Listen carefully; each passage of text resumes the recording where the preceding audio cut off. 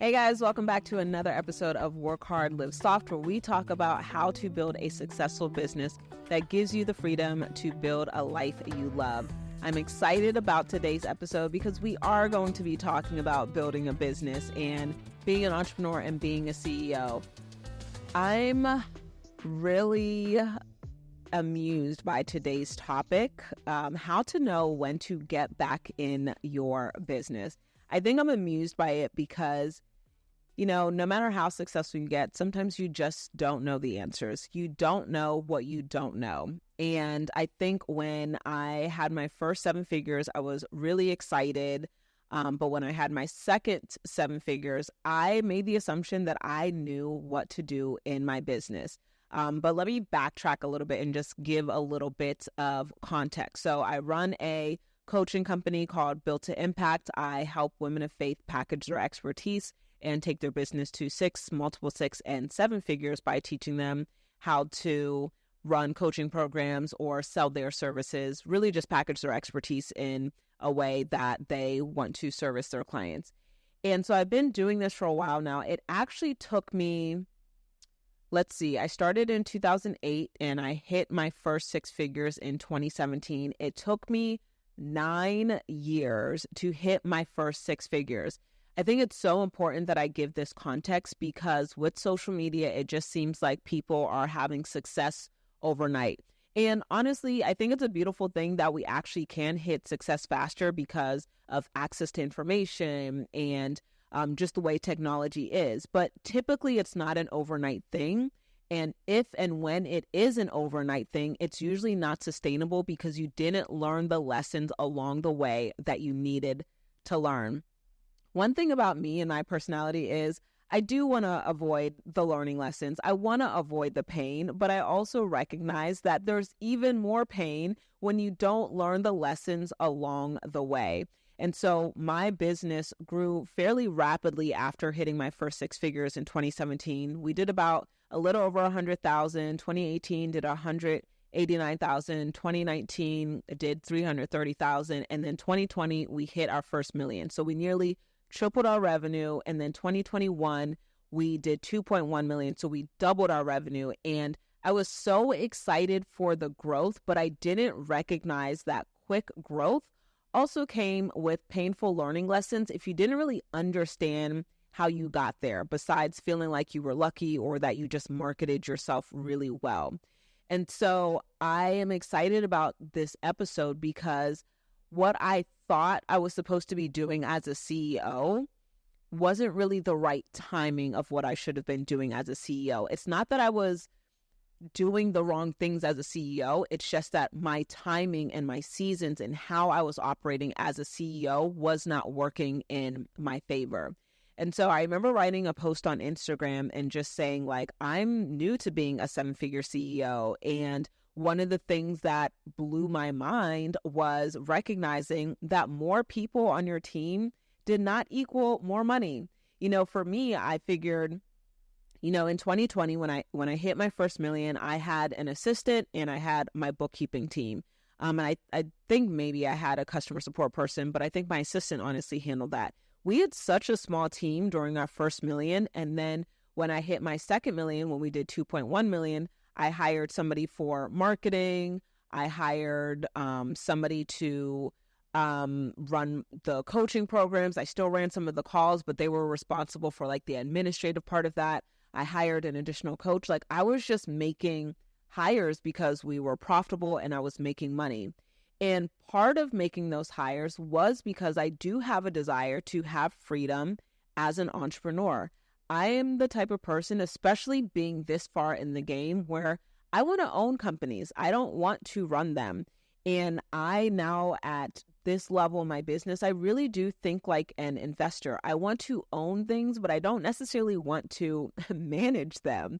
But I still needed to be responsible in that transition from running a company to owning a company. And that's where a lot of my growing pains were. I knew that I wanted to own the company, but I wanted, other people to run it for me. And I didn't have adequate milestones or testing in place to really see if having my team run my company would allow it to still run effectively. What I did recognize is that my company was able to run. I had done a really good job with documenting my processes, creating SOPs. And so the company was able to run 80% without me, but my company wasn't able to grow without me. And so when you are operating as a CEO and you're stepping away from your business, you have to pay attention to what is slipping through the cracks when I'm not there.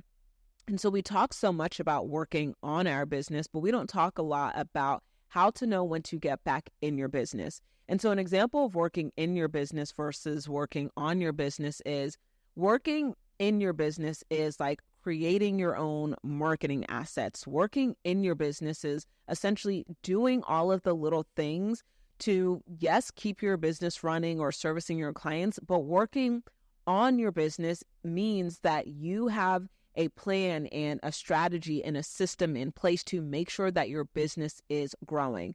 Essentially, working in your business is running the company, and working on your business is about growing and expanding your company. And so I think in my mind, when I would tell myself I'm going to work on my business, that just meant hiring people to run the business. I neglected the part about actually growing the company. And I made the assumption that hiring people in marketing automatically meant that my business was going to grow. And that was part of my downfall. And so if you are wanting to, operate as a CEO, first understanding what the CEO role is.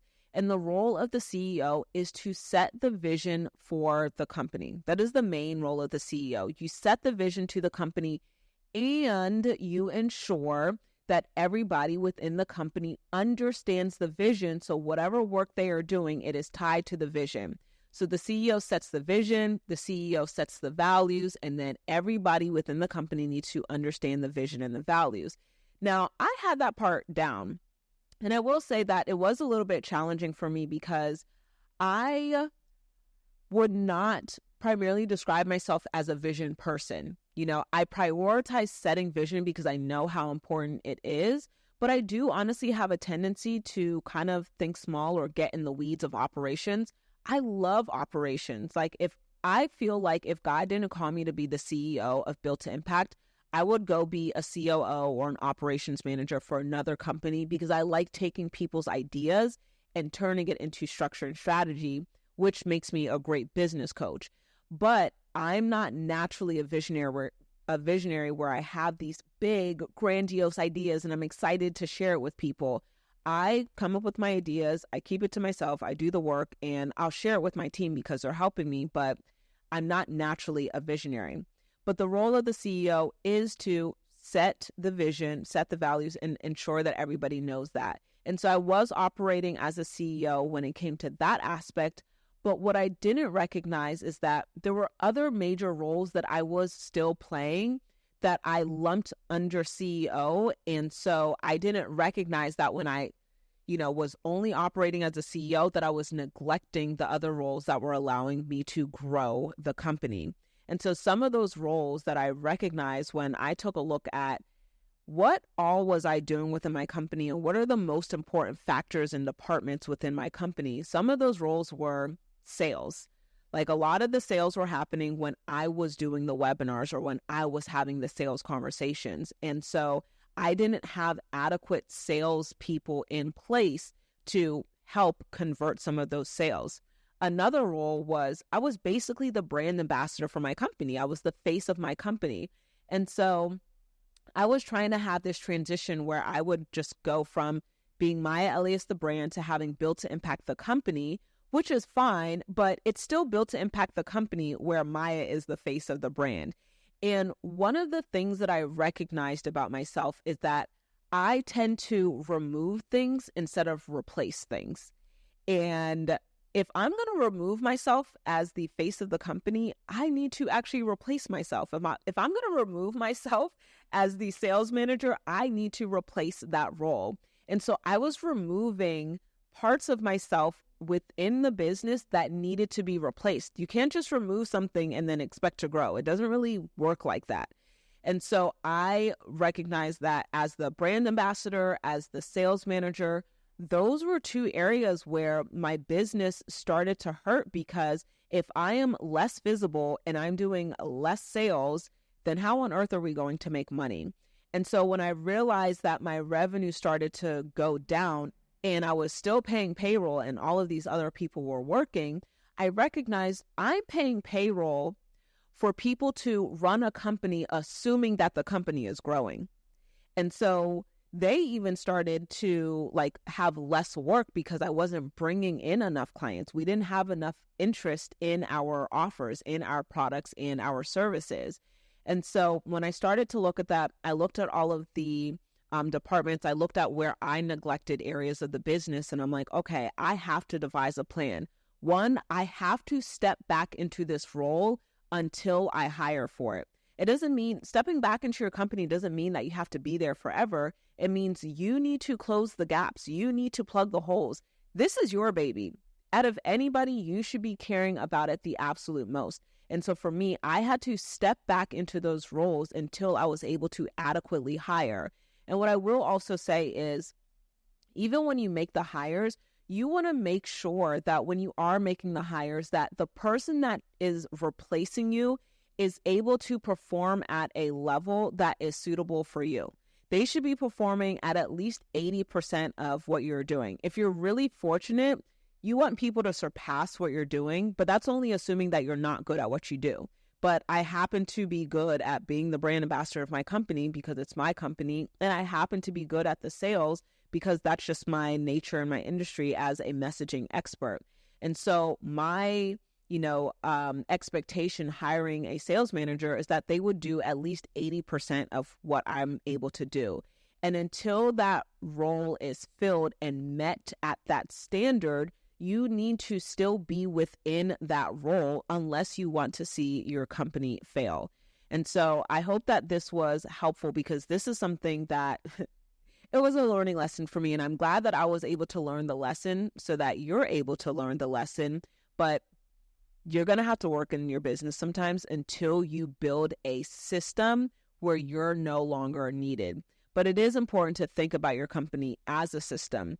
Your business is a living, breathing organism, and there are different departments that need to run. The same way we have, that we are living, breathing organisms, and we have our respiratory system, and we have our circulatory system. You have all of these systems within your business that are labeled as departments, and they have to work, and they have to be functioning, and they have to be living, and they have to be moving in the right direction for your business to survive. And if any part of your system or department dies, you dramatically affect the health of your company. And the most important part of your business is making sure that you have cash flow. The same way as a human that you are not able to survive long periods of time without water, your business cannot survive long periods of time without cash flow. So if you recognize that that is the department that is struggling the most, you need to make sure that you're stepping in your business and doing anything that you need to do to make sure your business is growing and getting cash. So I hope that today's episode was helpful. I wanted to share that story because, oftentimes we do see the successes. A lot of people have seen me grow my business over the years. They have heard my story of starting from scratch, as a MySpace designer to becoming a web designer and running my own agency and becoming a coach and seeing the 7-figure success. But there are so many different learning lessons within that we don't see. And if I could help anybody avoid that transition and that costly mistake of not knowing the timing or the season to step out of their business, that's something that I really want to do. So pay attention to the timing, the season, and the current success of your business before you step out all the way. So until next time, work hard, stay in your business, and live soft.